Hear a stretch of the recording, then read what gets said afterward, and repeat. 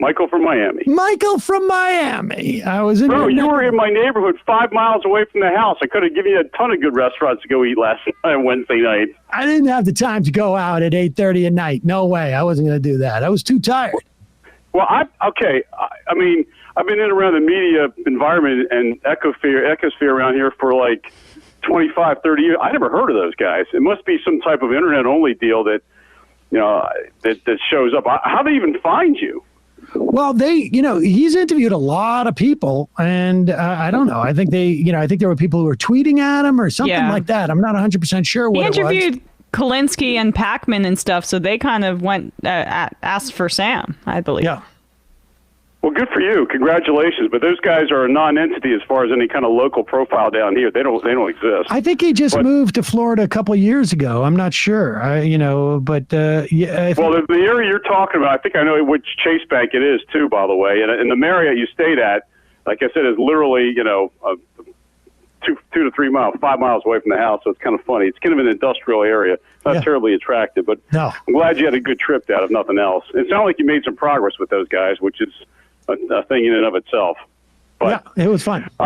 The rest of this state is, it's interesting. I mean, I know you guys are getting a bird's eye view from what's happening, and every once in a while you get a blurb, but on the ground down here, it's almost surreal because so many things are happening, and we're right in the middle of the legislative session, that they're literally throwing all this crap out there that has been stored away for 20 to 30 years culturally that they've been dying to put together. And it's like this mass convergence has taken place where they realize they have all the political power they'll ever have so they can push through anything they want. It's like an army which thinks it has a foe in front of it that's really formidable, and all of a sudden they realize there's nobody there, so we just have the run of the field. We do whatever we want. I mean, it's worse than you can possibly imagine, even down here in the blue counties. How are people responding to it? How are people responding to it? Well, it depends who you are. The Democrats are resigned to being essentially the whipping boys. And the sad thing about this, and we talked about this state's 50-50 registration. Well, not anymore. It used to be. It was probably 52-48, maybe Republican versus Democratic registrants. But the Democratic Party offers no resistance. They just put Nikki Fried in charge of the state Democratic Party, who just got, her ass handed to her in the primary by Charlie Crist, and then she was the former agriculture secretary under DeSantis for like 4 years. It's a joke. You have tired, old, incompetent leadership in charge of 48% of the population. That's probably going to get worse and worse.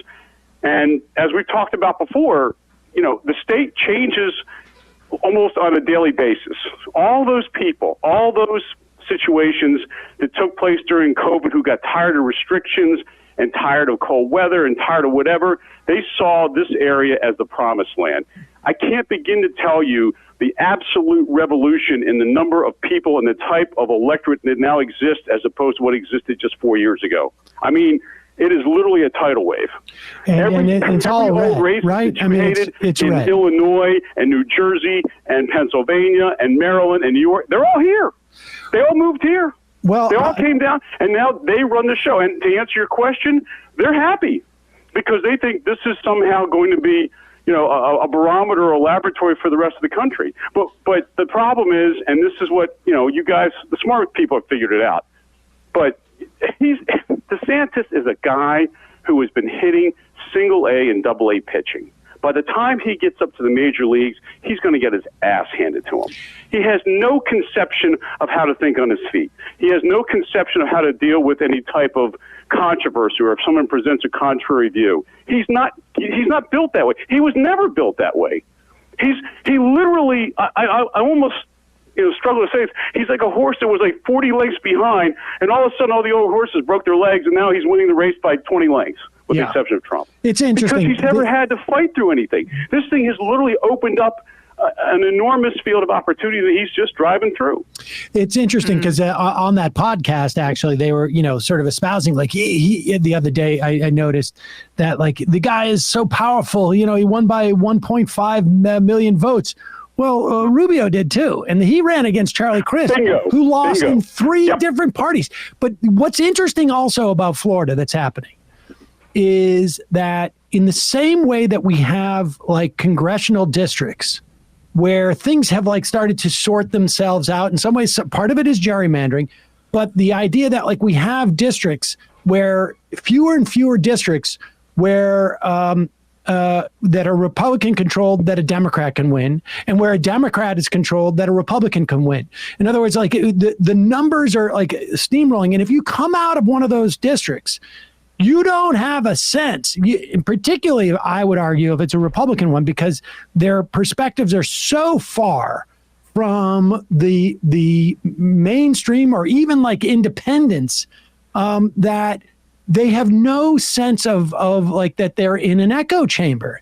And I think the more that Florida's basically done as like, I think even like a purple state. I mean, No, we're really red, bro. For all intents and purposes. Ohio. You're talking about demographics that existed 10 years ago. Yeah. No, that state doesn't exist anymore. Yes. When COVID hit, it literally was an upheaval that changed the political landscape of this state, I would argue, forever. Emma's grandchildren won't see us ever have the type of laws we ever had in this state prior to 2 weeks ago. When it comes to, for instance, the tort reform law, which just passed yesterday. Yep. Okay. Which changed the entire, I'm not going to bore the audience, but basically changed the way you could file a lawsuit, changed the statute of limitations, changed the way you get your damages taken care of. All that was just, it was like an insurance company's wet dream. They went crazy. There was no call for this. They just had a special session a month and a half ago to take care of our property insurance crisis, which we still have. It didn't do anything. All they did is take out attorney's fees and basically protect the insurance companies from being sued for doing a shitty job when it came to, reimbursing the homeowners. That was it. That's all they did. But at least you could make an argument cogently that, okay, companies were leaving the state and people were complaining. But there was no great hue and cry for people to sit there and change the tort reform bill. DeSantis wanted it. He's an old-time, hard-line, conservative backbencher for 3 terms from Jacksonville, who was a yahoo from way back, who decided he didn't like the fact that trial lawyers contributed money to Democratic causes. Period. End of story. So he went after him, and he made a priority. This thing was 2 weeks ago, it was in committee. 2 weeks later, it's not through committee, through both houses, through the changes, through conference, and signed this morning. Yeah. Shit like that doesn't happen unless the governor wants it to happen. That's what I'm talking about. He has free reign of everything. Think of the craziest ass, stupidest, most divisive policy you could possibly think of, and it has legs down here. There's a bill in session right now. They want to outlaw. You'll love that. You probably heard about it. They want to outlaw any political party which in the past has espoused the virtues of slavery. Now, do the math. Who do you think that pertains Right, it was the to? Democrats, the Democratic Party. Bingo! Exactly. It'll never pass constitutional muster because it's on its face. Obviously, a bill of attainder directly goes after a specific party. You can't eliminate political parties because of something that happened 125 years ago, conveniently forgetting the fact that Republicans now are the Democrats who were back then. Right. I mean, it's absurd. It's almost surreal to sit here and watch this shit happen. It really is. Well, what's also interesting, though, is that they're coming from New York, they're coming from Illinois, they're coming from New Jersey.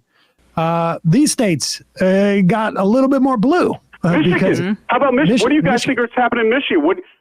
You guys are all really smart.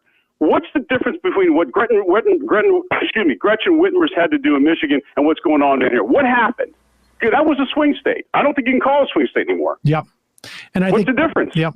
I mean, it's the country is sorting out in some ways that, I don't know if it's going to be terrible.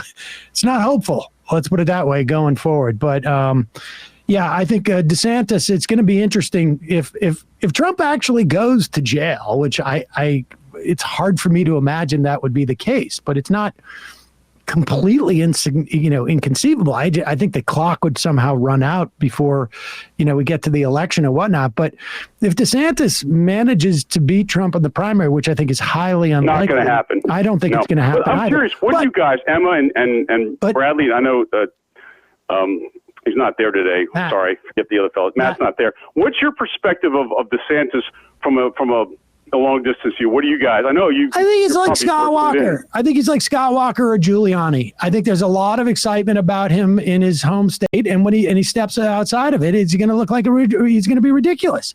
He hasn't gone in front of any type of controversial media whatsoever. All the places he's going are safe spaces for him, and I think he's going to get slammed. But I don't think he's going to win in the primary. But, Donald Trump could, Donald Trump is no, unless Trump dies or is that's what I'm saying. winning that nomination. That's exactly what I was about to say. This is not a paragon of health, and it's not inconceivable in the middle of, an arraignment. You have like a coronary. Paper locks right in front of the judge. I mean, who knows? But I think that DeSantis is very much a paper tiger. But maybe we get him out of Florida. Oh, I'd love to. Well, the problem with that is it's not, okay, he's a symptom. The disease is already there. Yeah, well, the Republican, and you guys know this. You've said it 1,000 times in your show. Trump is simply a symptom of what's been sitting down there for years. Yep. Long before you guys, I mean, for the most part, Sam and I are about the same age, but this culture of grievance, the shit they're talking about goes back decades. The stuff they're talking about, they were pissed off about in the 60s.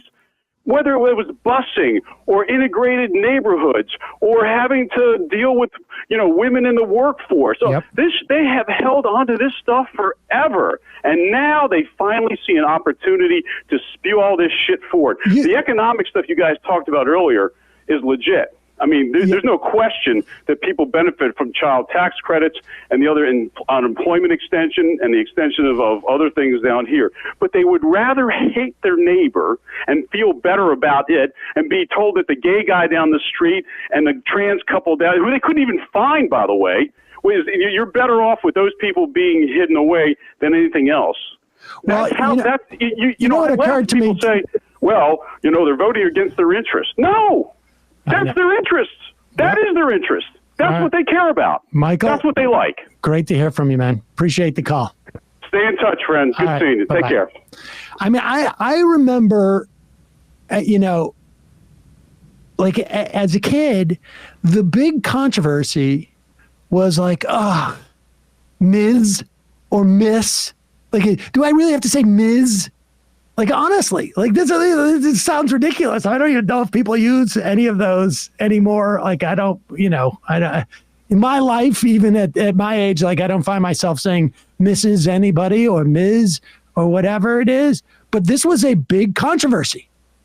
Like, how come people are insisting on becoming Ms.? It's Miss or Mrs. The idea that